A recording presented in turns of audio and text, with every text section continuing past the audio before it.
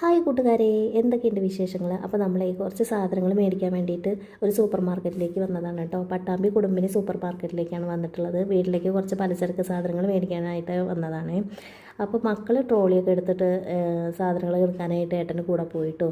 ഞാൻ തനുമോളെയും കൈ പിടിച്ച് അങ്ങനെ നടന്നേ. അവൾ ഭയങ്കര ബഹളമായിരുന്നു കേട്ടോ, ഭയങ്കര കരച്ചിലായിരുന്നു അവൾ.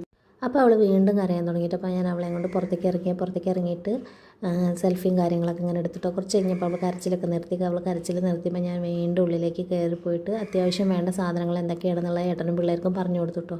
അപ്പോഴേക്കും അച്ഛനും മക്കളും കുറേ സാധനങ്ങളൊക്കെ പെറുക്കി കൂട്ടിയിട്ടുണ്ടായിരുന്നു കേട്ടോ. എന്നാലും ഓഫറും കാര്യങ്ങളൊക്കെ നോക്കിയിട്ട് അവർ അത്യാവശ്യം സാധനങ്ങളൊക്കെ എടുത്തിട്ടുണ്ടായിരുന്നു. വലിയ ഓഫറും കാര്യങ്ങളൊന്നും ഉണ്ടായിരുന്നില്ല.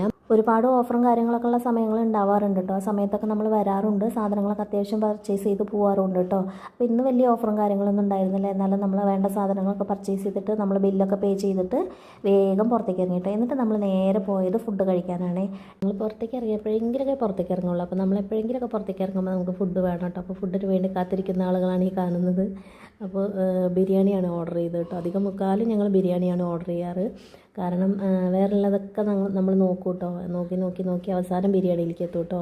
എല്ലാവരും അങ്ങനെ തന്നെയാണ് എന്നാണ് എൻ്റെ ഒരു നിഗമനം.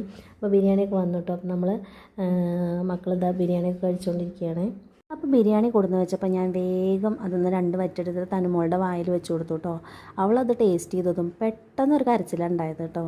അപ്പോൾ അവൾ എരിഞ്ഞിട്ടാണോ എന്തിനാ കരഞ്ഞതെന്ന് എനിക്കറിയില്ല. പക്ഷേ അവളെ എന്നെ അത് കഴിക്കാൻ സമ്മതിച്ചില്ല. ഞാൻ അവളെ എടുത്തിട്ട് അങ്ങനെ അതിൽ നടന്നു കേട്ടോ. അപ്പോൾ ഏട്ടന് 2 ഉരുള എനിക്ക് വാരി തന്നേ. അപ്പോൾ അവിടെയുള്ള ആളുകളൊക്കെ നോക്കണ്ടായിരുന്നു കേട്ടോ. അപ്പോൾ എനിക്ക് അത് കണ്ടിട്ട് മടിയൊക്കെ തോന്നി കേട്ടോ. പക്ഷേ എന്നാലും കുഴപ്പമില്ല, ഇങ്ങനെയുള്ള സമയത്ത് അവർ നമ്മളെ ഹെൽപ്പ് ചെയ്യണമല്ലോ. അപ്പോൾ ഏട്ടൻ വേഗം വാരി കഴിച്ചിട്ട് എന്നോട് കഴിച്ചോളാൻ പറഞ്ഞു കേട്ടോ. അപ്പോൾ ഞാൻ അവിടെ ഇരുന്നിട്ട് കഴിക്കുകയാണേ.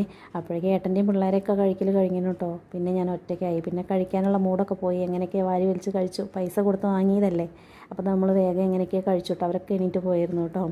അപ്പോൾ ഞാൻ വേണം വേണ്ട വെച്ചതൊക്കെ എങ്ങനെയൊക്കെ കഴിച്ച് തീർത്തു, വേഗം എഴുന്നേറ്റു കേട്ടോ. അപ്പോൾ ഇന്നേക്ക് ഇത്രയേ ഉള്ളൂ. അപ്പോൾ വീഡിയോ ഇഷ്ടപ്പെടുകയാണെന്നുണ്ടെങ്കിൽ തീർച്ചയായും സപ്പോർട്ട് ചെയ്യുക, സബ്സ്ക്രൈബ് ചെയ്യുക. ടാറ്റാ.